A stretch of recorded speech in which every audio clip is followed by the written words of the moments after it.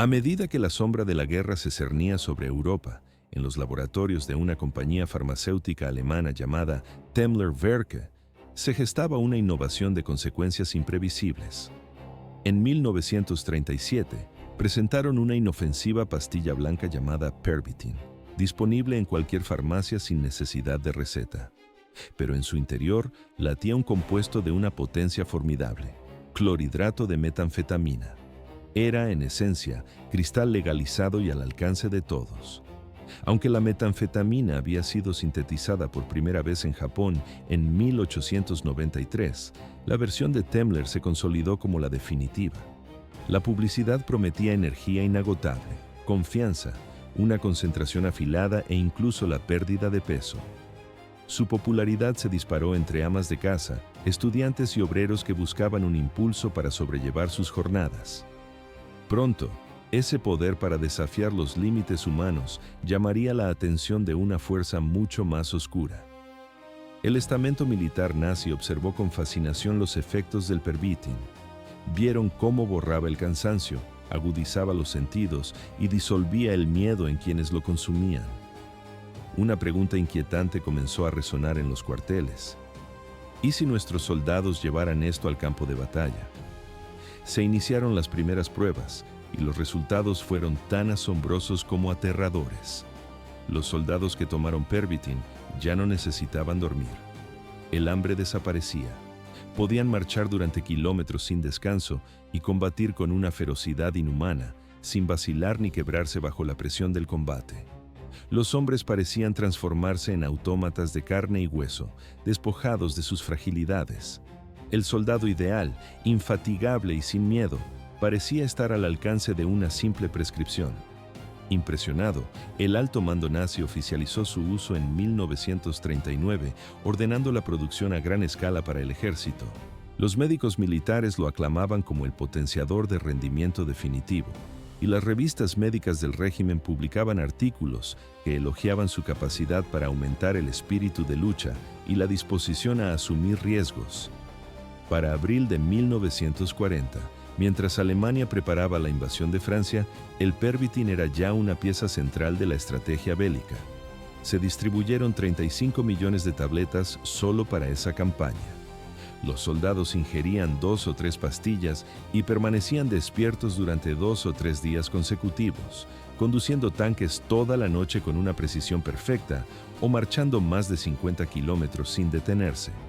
Los pilotos ejecutaban sus misiones en un estado de alerta química casi febril. Un médico del ejército alemán llegaría a afirmar: «Nuestra arma secreta no es un tanque, es una pastilla». Era barata, fácil de transportar y su efecto era inmediato. Entre las tropas se la conocía como Stuka Tabletin, en honor a los bombarderos en picado, o simplemente como píldoras para seguir. El apodo más célebre fue Panzerschokolade, chocolate para tanques, porque a veces se mezclaba con dulces para facilitar su consumo. Con un ejército químicamente mejorado, el plan de batalla nazi estaba a punto de desatar una ofensiva que dejaría al mundo sin aliento.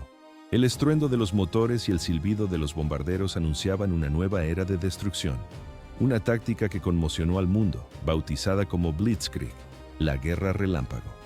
La idea era de una simplicidad brutal: golpear rápido, golpear con fuerza, sin dar al enemigo un instante para respirar. Tanques, aviones y soldados de a pie debían aplastar las fronteras antes de que el adversario pudiera comprender qué estaba sucediendo. Pero esta guerra mecanizada exigía un tipo de soldado casi inhumano. Alguien capaz de funcionar durante días sin dormir, de ignorar el dolor y de moverse con la precisión de una máquina. Y para lograrlo, el alto mando alemán recurrió a una pequeña pastilla blanca, el Pervitin. Las tripulaciones de los tanques ingerían unas pocas tabletas y permanecían despiertas durante 3 o 4 días seguidos, con los ojos fijos en el horizonte. En el aire, la situación era similar. Los pilotos de la Luftwaffe, especialmente los de los bombarderos, emprendían misiones extenuantes sobre Europa bajo los efectos de la metanfetamina.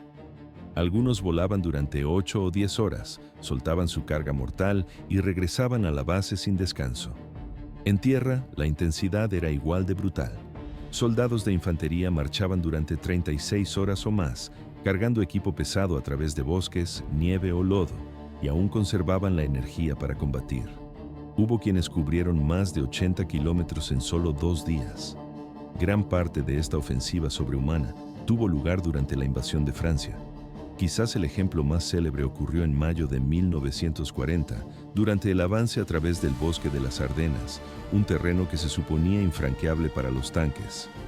Los estrategas franceses nunca esperaron un ataque por esa ruta, la consideraban una barrera natural, pero las fuerzas alemanas lograron lo imposible, rompiendo las líneas a una velocidad récord y sorprendiendo por completo a las tropas británicas y francesas. La mayoría de aquellos soldados nazis no habían dormido en días, impulsados por un suministro constante de metanfetamina. De hecho, algunos comandantes tenían instrucciones de administrar 2 tabletas de Pervitin al día a sus hombres, y más si era necesario durante el combate. Pero esa energía artificial tenía un reverso oscuro. Una vez que el Pervitin desaparecía del organismo, los efectos eran devastadores. Los soldados sentían de repente un vértigo paralizante, una paranoia asfixiante y una debilidad extrema. Algunos se desplomaban en medio de la batalla, incapaces de moverse. Otros se volvían agresivos y confusos, una amenaza tanto para el enemigo como para sus propios compañeros. Unos pocos experimentaban alucinaciones aterradoras, creyendo ver enemigos que los cazaban o los rodeaban en el silencio del bosque. En ocasiones, escuadrones enteros debían ser retirados del frente porque el colapso los golpeaba a todos a la vez. Los primeros informes hablaban de soldados que perdían la razón, gritando, temblando o negándose a obedecer órdenes porque creían ser atacados por enemigos invisibles. Hacia finales de 1940, algunos médicos militares empezaron a documentar los efectos secundarios. Sus informes describían casos de adicción, psicosis y colapsos emocionales extremos. Pero incluso con estas advertencias, el ejército continuó su uso. A corto plazo funcionaba. Y en la lógica fría de la guerra, eso era lo único que importaba. En los rincones más oscuros del régimen, una corrupción química se extendía en paralelo a la ideológica. La metanfetamina no solo prometía soldados más rápidos o más fuertes, parecía desatar algo mucho más siniestro, haciéndolos más violentos, más insensibles, quizás incluso más perversos. Este efecto era especialmente notorio dentro de las SS, el brazo ejecutor de los peores crímenes de la guerra. La Schutzstaffel, o SS, no era una unidad militar convencional. Eran una orden de hombres unidos por una lealtad fanática a Hitler, entrenados para obedecer sin cuestionar y encargados de supervisar los escuadrones de la muerte y los campos de concentración, incluyendo los infames Auschwitz, Treblinka y Majdanek. Existe una fuerte evidencia de que muchos de sus miembros eran adictos no solo a la metanfetamina, sino también a la morfina y otros opiáceos, creando un cóctel mortal. La metanfetamina encendía la alerta y la agresión. La morfina adormecía la conciencia y la empatía. Juntas, estas sustancias pudieron haberles permitido ejecutar los actos más inhumanos sin un atisbo de vacilación. Algunos médicos nazis consideraban estas drogas una herramienta útil para mantener la frialdad de las tropas. Otros, más centrados en los resultados, simplemente ignoraban el devastador coste humano. Dentro de las alambradas de Auschwitz, Dachau y Sachsenhausen, los prisioneros se convirtieron en sujetos de prueba involuntarios para médicos como Karl Claubert y Edward Wirtz. Allí, se inyectaba metanfetamina a las víctimas para medir cuánto tiempo podía sobrevivir un ser humano sin dormir o comer, empujándolos hasta que sus corazones, literalmente, se detenían. En un experimento en Dachau, se congelaba a los prisioneros para observar su resistencia, dándoles metanfetamina en un intento por prolongar su agonía. A otros se les privaba de alimento mientras estaban bajo los efectos de la droga, para ver si ésta los mantenía con vida. La mayoría moría entre terribles sufrimientos. Los propios oficiales de las SS estaban a menudo tan sumidos en su propio consumo que perdían todo contacto con la realidad. Hay informes de guardias que sufrían alucinaciones, gritando a las sombras o imaginando ataques de los prisioneros. En el campo de Majdanek, un guardia abrió fuego contra varios reclusos, convencido de que susurraban dentro de su cabeza. Nadie decía nada. Era la metanfetamina la que hablaba. Otro oficial fue visto temblando violentamente, incapaz de mantenerse en pie, antes de estallar en un ataque de furia y golpear a un prisionero hasta la muerte con sus propias manos. Los testigos describieron cómo echaba espuma por la boca, probablemente sufriendo un colapso psicótico inducido por las drogas. Hacia 1943, el abuso de sustancias en las SS se había vuelto tan grave que la propia cúpula nazi comenzó a alarmarse. Informes internos describían a oficiales como inestables, impredecibles y, en algunos casos, completamente dementes.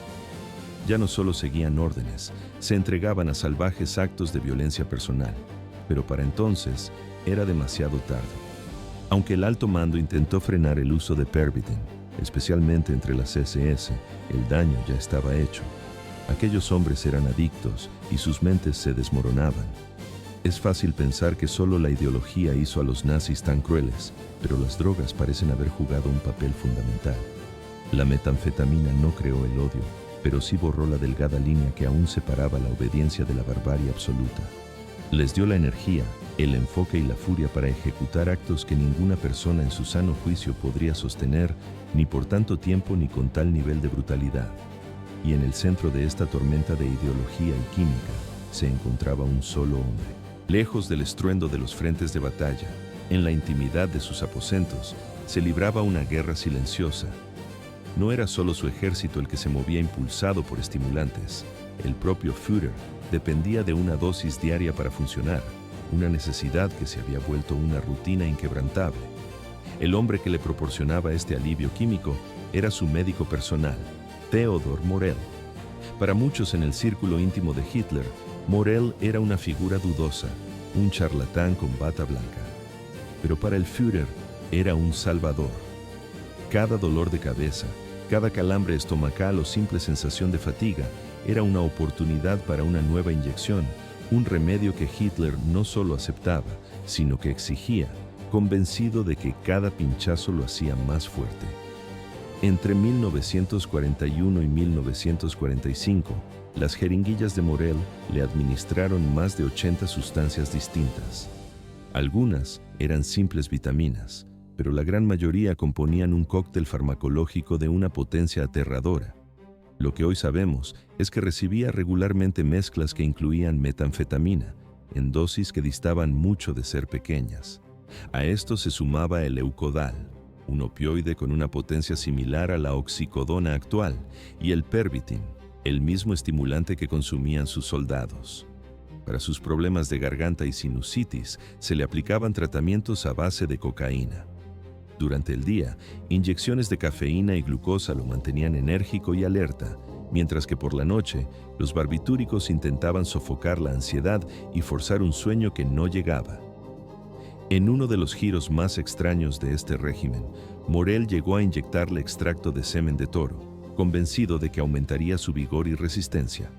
Para el mundo exterior, era el líder infalible. En privado, su cuerpo era un campo de pruebas farmacológicas. Hacia 1944, las grietas en su fachada comenzaron a ser visibles para todos. Las filmaciones de la época revelan a un hombre cuyo cuerpo se estaba rindiendo. Un temblor incontrolable, particularmente en su mano izquierda, se volvía imposible de ocultar. En una secuencia tristemente célebre, intenta esconder la mano temblorosa detrás de su espalda, un gesto que delataba su fragilidad. Su postura encorvada y una rigidez casi glacial en sus facciones eran las señales inequívocas de que algo se estaba quebrando por dentro. Su deterioro no era solo físico. Sus patrones de habla se volvieron erráticos, oscilando entre una verborrea acelerada y pausas lentas y confusas. Sus estados de ánimo eran un torbellino impredecible. Pasaba de una confianza eufórica a ataques de ira en los que acusaba a todos a su alrededor de traición. Quienes lo rodeaban notaron un cambio profundo en su juicio. Ignoraba a sus generales más capaces, desconfiaba de sus consejeros más leales y se aferraba a la fantasía de que Alemania aún podía ganar la guerra, un espejismo alimentado, según muchos historiadores, por las drogas que nublaban su mente. A principios de 1945, la dependencia era total y su salud se había desmoronado por completo. Con los dientes pudriéndose, la piel pálida y sudorosa y el cuerpo sacudido por temblores constantes, pasaba la mayor parte del tiempo oculto en el Führerbunker. Desde las profundidades de hormigón bajo Berlín, emitía órdenes que ya no tenían sentido, mientras el mundo en la superficie se derrumbaba sobre él. Y a través de todo, Theodor Morell seguía a su lado, administrando las inyecciones diarias que lo mantenían en un estado de semi-existencia. En sus últimos días, Hitler era una sombra paranoica, temblorosa y consumida por el miedo a complots imaginarios. Ya ni siquiera asistía a las reuniones militares. Su mundo se había reducido a las paredes de su búnker, rodeado de aduladores y de la aguja de su médico. Cuando finalmente se quitó la vida, el 30 de abril de 1945, el hombre que había intentado dominar el mundo era ya una ruina física y mental, destruido tanto por sus enemigos como por su propia mano. A medida que la guerra entraba en sus últimos y agónicos años, todo el edificio del Tercer Reich se resquebrajaba. Aquella formidable maquinaria bélica, que una vez pareció imparable, ahora estaba hecha pedazos. Las ciudades se convertían en montañas de escombros, los soldados morían por millares y los suministros se agotaban a un ritmo desesperado. Pero en lugar de enfrentar la verdad, la cúpula nazi se refugió en una burbuja de mentiras, delirios y narcóticos. Hacia finales de 1944, la derrota de Alemania era una certeza militar. Las fuerzas aliadas, tras desembarcar en Francia, avanzaban implacables desde el oeste, mientras el ejército rojo soviético aplastaba a las tropas alemanas en el este. Berlín sufría bombardeos casi cada noche, y en la superficie, los civiles padecían hambre, frío y un terror constante. Sin embargo, en las profundidades del búnker de Hitler, bajo la Cancillería del Reich, los líderes fingían que la victoria aún era posible. Y aquella mentira se sostenía, en parte, con algo más que la simple esperanza. Otros altos mandos nazis estaban atrapados en la misma espiral descendente. Joseph Goebbels, el ministro de propaganda, dependía de los somníferos para poder dormir. Sabía que la vida de sus 6 hijos estaba condenada y pasaba sus últimos días elogiando a Hitler en el búnker, mientras en secreto preparaba el asesinato de toda su familia. Heinrich Himmler, jefe de la SS, consumía estimulantes para mantenerse alerta y gestionar sus múltiples departamentos en pleno colapso, aunque incluso él ya buscaba una vía de escape o un pacto con los aliados. El liderazgo entero se hundía en el caos. Las disputas eran constantes y enconadas. Algunos intentaban escabullirse de Berlín con la esperanza de sobrevivir a la caída. Otros permanecían allí, pero lo hacían movidos únicamente por el miedo o por una lealtad ciega. El círculo íntimo del poder se estaba devorando a sí mismo. Pero el núcleo de la maldad nazi no provenía de una jeringa o una pastilla. Surgía de su ideología, un sistema construido sobre el racismo, el antisemitismo y una fe ciega en el control total y la dominación.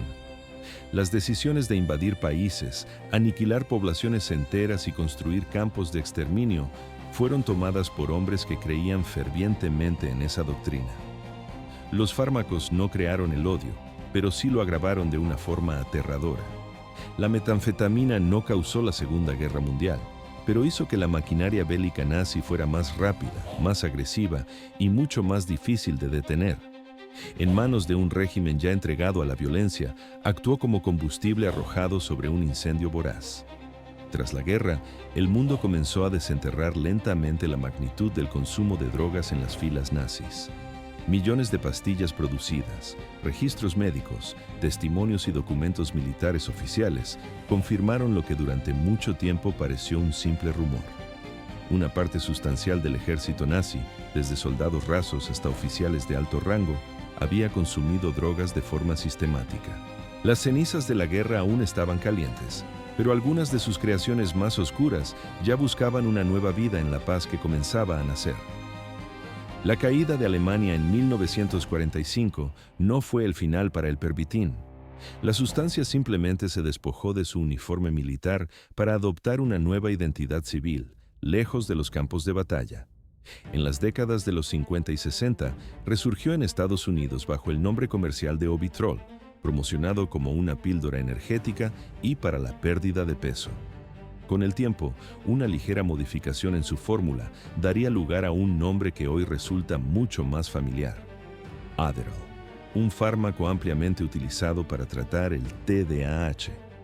Aunque su estructura química no es idéntica a la del Pervitin de la guerra, sus raíces se hunden en el mismo compuesto: estimulantes basados en anfetaminas, diseñados para mantener la mente alerta y concentrada. Mientras el fármaco encontraba un nuevo mercado, los científicos que habían experimentado con él tampoco desaparecieron. En lugar de enfrentarse a la justicia, muchos fueron reclutados discretamente tanto por Estados Unidos como por la Unión Soviética durante la Guerra Fría. Bajo programas como la Operación Paperclip, médicos e investigadores nazis fueron llevados a Occidente para trabajar en proyectos aeroespaciales, armamentísticos e incluso en investigación médica militar. Su profundo conocimiento sobre los efectos de las drogas en el cuerpo humano no tardaría en ser aprovechado para nuevos fines. Esta historia nos recuerda una verdad incómoda: las sustancias químicas por sí mismas carecen de moralidad. Es el propósito de su uso y las manos que las administran lo que define su legado. En la Alemania nazi, estas drogas no se emplearon para sanar, sino para perfeccionar la maquinaria de la muerte, ayudando a ejecutar una agenda de violencia con una eficiencia implacable. Cuando una ideología extrema se fusiona con una sustancia capaz de suprimir el miedo, el dolor o la empatía, el resultado es una capacidad para el horror casi ilimitada.